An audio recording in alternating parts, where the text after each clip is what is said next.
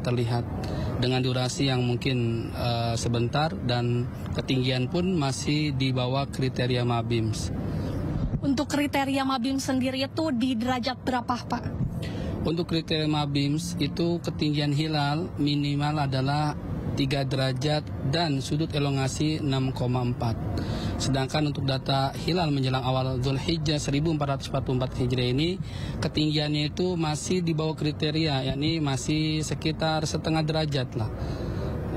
Baik, lalu setelah itu nanti ini datanya akan disetorkan ke pusat atau bagaimana Pak mekanismenya? Untuk mekanismenya data insya Allah akan kita sampaikan ke pusat sebagai bahan pertimbangan nanti di sidang isbat. Oke, baik. Tadi apa saja Pak yang dipersiapkan dalam proses pantauan hilal ini?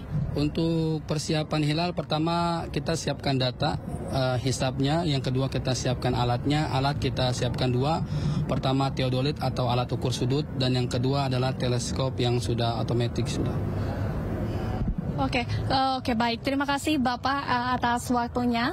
Dan Fani dan juga pemirsa bisa kita lihat juga bahwa tadi sudah wawancara dengan Pak Ustadz terkait dengan pantauan hilal di Kanwil Kemenag DKI Jakarta ini memang tidak terlihat dikarenakan tidak memenuhi kriteria MABIM yang ada di 3 derajat begitu.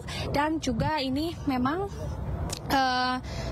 dari tadi kami juga sudah melihat bahwa memang ini nanti data-data dari Kanwil Kemenag ini akan disetorkan ke pusat atau ke Kementerian Agama Pusat untuk nantinya sebagai bahan pertimbangan dalam sidang isbat penentuan awal Zulhijjah 1444 Hijriah yang nantinya juga akan menentukan kapankah pelaksanaan dari ibadah Idul Adha 2023. Sementara demikian kembali kepada Anda Fani. Baik, Dilami sedikit saja mungkin. Anda sudah memantau proses pemantauan hilal di kantor wilayah Departemen Agama. Tadi saya ralat ya lokasi tempat Anda melaporkan saat ini. Apa saja alasan kalau dari petugas atau pihak-pihak yang memantau proses hilal tersebut hari ini yang menyebabkan tinggi ufuk bulan atau hilal tersebut tidak terlihat? Cuaca kah atau seperti apa? Oke, baik Fani, dari informasi yang kami dapatkan dari petugas memang di daerah Kanwil Kementerian Agama DKI Jakarta ini ketinggalan hilal ini di bawah 3 derajat yang memang artinya tidak memenuhi kriteria MABIM yang seharusnya berada pada minimal 3 derajat dengan sudut elongasi 6,4 derajat seperti itu Fani. Jadi memang hilalnya tidak terlihat. Kembali kepada Anda, Fani, di studio. Baik. Terima kasih Dilami atas informasinya. Selamat kembali bertugas. Baik, pemirsa, kita bahas terkait dengan bagaimana proses pemantauan hilal 1 Zulhijjah 1444 Hijriah ini. Dan ketika memang ufuk hilal tersebut tidak terpantau dengan jelas, apa artinya? Tentu saja terkait dengan penentuan Hari Raya Idul Adha tahun ini atau tahun 2023 dan bagaimana kita sebagai masyarakat terutama yang beragama Islam memaknainya. Sudah bersama kami di studio MNC News malam hari ini pemirsa, Ketua DPP Perindo Bidang Keagamaan Abdul Kholik. Selamat malam Pak Abdul Kholik. Assalamualaikum warahmatullahi wabarakatuh. Pak Kholik, senang sekali bisa berdialog kembali bersama dengan Anda malam hari ini. Tapi kita bahas tadi kalau misalnya dari satu titik saja begitu, Pak Kholik, hilalnya tidak terpantau. Tidak terlihat. Tapi ini bisa saja kemungkinan terlihat titik hilalnya di tempat lain seperti itu, terutama kalau misalnya biasanya kan kita ketahui titik-titik hilal tersebut kan juga tersebar di 34 provinsi di Indonesia. Ini apa saja makna atau insinuasinya begitu? Iya, sebenarnya tadi salah satu yang disampaikan oleh reporter berdasarkan narasumber yang tadi menyampaikan informasi itu kan baru satu titik ya. Padahal untuk memantau hilal itu Kementerian Agama menyiapkan 99 titik. Banyak sekali. Jadi saya kira ini baru satu titik dan kesaksiannya tadi hilal tidak terlihat ya. Jadi saya kira memang kriteria yang ditetapkan oleh MABIMS itu ketinggiannya adalah sekurang-kurangnya 3 derajat, kemudian sudut elongasinya 6,4 derajat. Oke.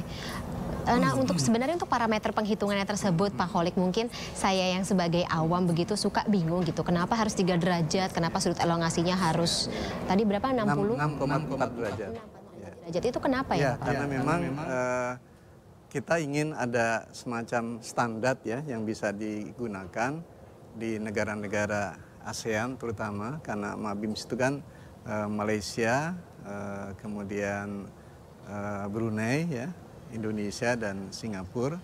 Saya kira ini awal dari kesepakatan untuk memulai standarisasi. Dan ini dipakai di seluruh negara, tidak hanya Indonesia? Di setiap negara berbeda-beda ya, berbeda-beda. Betul, ya, posisi. Karena misalnya sidang isbat di Indonesia tidak akan berlaku di negara lain kecuali yang punya kesepakatan. Iya, MABIMS, pokoknya ya. karena kan daerahnya juga berbeda ya untuk melihat matahari ya sudutnya. Jadi dengan ketetapan yang berbeda tentu berbeda pula cara memperlakukannya, kan begitu ya. Nah, khusus di Indonesia tadi dari pantauan di Jakarta misalnya hilal tidak terlihat jauh di bawah 3 derajat sebagaimana yang disepakati, dan itu artinya bahwa kalau merujuk pada hadis Nabi, kalau hilal tidak terlihat pada malam ini, maka hitungan bulan Dzulqa'dah itu harus disempurnakan menjadi 30 hari. Baik. Nah, Pak Kholik, misalnya gitu alasan untuk penentuan hilal tersebut, atau katakanlah ketika kita gitu petugas hilal tidak melihat hilalnya karena awan. Tapi ini kalau misalnya dari kantor wilayah Departemen Agama mengatakan di bawah 3 derajat. Apakah ini juga akan berlaku sama gitu di titik lain, misalnya katakanlah Makassar, Sulawesi Selatan, atau di Nusa Tenggara Barat, atau di Papua begitu? Makanya saya kira kita perlu juga mendengar ya kesaksian dari para peruqyah dari setiap provinsi, karena ada 99 titik kan di seluruh. Bisa jadi berbeda. Bisa jadi berbeda. Tetapi kan kemudian ada standar yang mereka akan lihat. Kalau keterlihatan hilal itu masih di bawah 3 derajat, ya berarti tidak memenuhi kriteria itu. Gitu.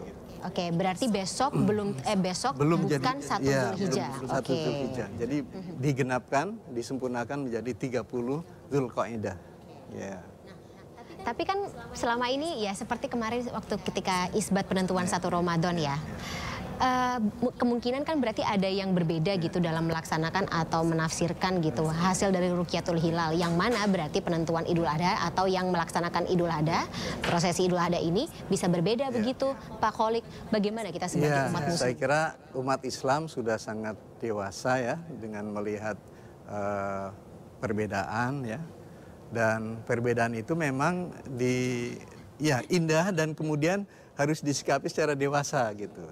Karena perbedaan yang sekarang ada sesungguhnya adalah karena penggunaan metodologi yang juga berbeda. Dengan metode yang berbeda maka hasilnya juga akan berbeda. Jadi antara metode hisab dengan metode ru'yah itu memang akan menghasilkan hasil yang bisa berbeda, begitu. Apakah metode hisab itu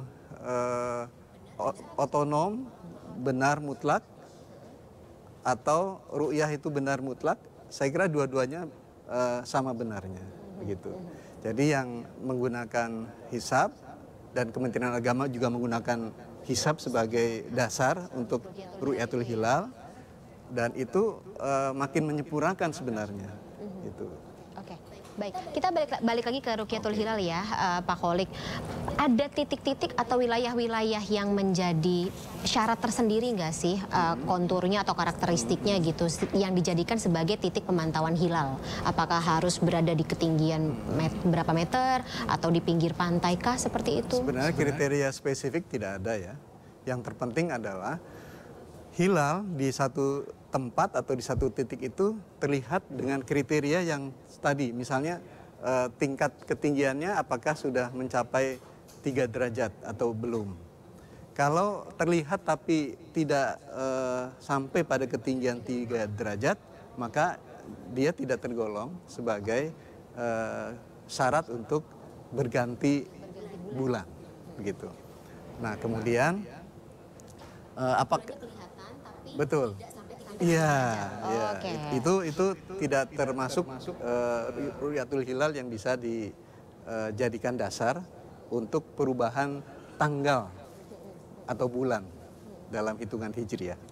Gitu. Baik, di titik mana saja yang penting bulan tersebut bisa kelihatan, tapi kita harus memperhatikan sudut dan juga elongasinya. Oke, kalau mesin ya teropong yang digunakan begitu, ada standarisasinya juga dong ya Pak Kholik? Saya kira alat yang digunakan sebenarnya alat bantu ya, bisa alat optik, bisa juga teleskop ya. Yang terpenting adalah alat-alat ini bisa mendukung ketika mata telanjang itu bisa melihat hilal. Gitu.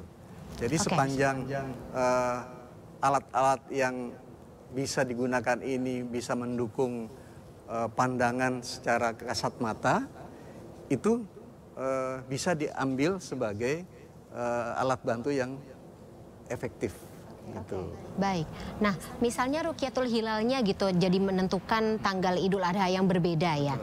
Bagaimana dengan wukuf Arafahnya sendiri Pak di Tanah Suci? Apakah juga akan berdampak seperti itu atau dari pemerintah Arab Saudi lah yang menentukan wukuf di Arafah tanggal segini dan berarti jemaah haji dari manapun negaranya berasal harus mengikuti aturan tersebut? Ya, jadi saya kira harus dibedakan Mbak Fani ya. Keputusan Kementerian Agama di kita Republik Indonesia dengan pemerintah Arab Saudi misalnya. Memang dalam rencana perjalanan haji itu saya lihat tanggal 27 Juni itu adalah waktu wukuf di Arafah. Jadi tidak berubah sama sekali terlepas satu Zulhijjahnya. Jadi Indonesia menyatakan bahwa nanti diputuskan bahwa tanggal 1 Zulhijjah dan 10 Zulhijjah itu adalah, khususnya 10 Zulhijjah itu adalah misalnya 29 Juni, misalnya begitu, maka tidak ada hubungannya dengan wukuf di Arafah yang 27 Juni itu. Iya, begitu. Oke. Tapi kalau dari pemerintah Arab Saudi sendiri, Pak Kholik, mereka memakai metode apa untuk memantau hilal? Saya pada dasarnya dua metode itu digunakan ya. Sama-sama ya berarti. Menggunakan juga hisab sebagai dasar untuk bisa melakukan ru'yatul hilal dan kemudian disempurnakan dengan ru'yatul hilal.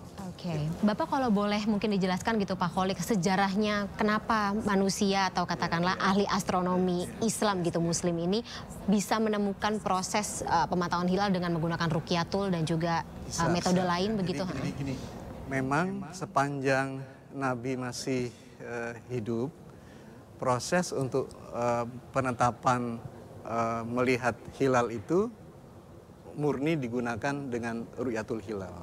Jadi melihat langsung gitu. Tetapi sepeninggal Nabi kemudian ada perkembangan sesuai dengan perkembangan ilmu dan teknologi. Jadi ru'yatul hilalnya tetap digunakan karena ini hadis nabinya sudah sangat jelas ya, sahih gitu. Kemudian perkembangan ilmu dan teknologi itu juga berkembang dan itu bisa digunakan juga untuk menentukan kapan satu tanggal hijriah untuk bisa ditetapkan berdasarkan hisab. Oleh karena itu maka di dalam Islam ada yang disebut dengan ilmu falak. Ya, ilmu falak itu adalah ilmu astronomi itu. Jadi ilmu astronomi dan kemudian matematika juga di situ ya. Jadi oleh karenanya maka ilmu ini memang bisa menghitung pergerakan bulan, matahari segala macam itu sehingga sampai pada ketetapan bahwa pada situasi dan kondisi seperti ini maka penanggalan hijriah akan berubah pada tanggal 1 atau pada tanggal 29 atau tanggal 30 kan gitu. Nah, yang berarti yang jadi pertanyaan saya selanjutnya adalah mungkin juga berangkat dari sejarah tersebut begitu. Mengapa ada yang masih menggunakan metode Ruqyatul Hilal dan ada yang menggunakan metode hisab dengan cara konvensional? Tapi tahan dulu jawabannya Pak Kholik ya. Kita dalami di segmen berikut. Pemirsa, MNC News Breaking News spesial sidang isbat penentuan 1 Zulhijjah 1444 Hijriah akan segera kembali setelah jeda berikut. Tetaplah bersama kami.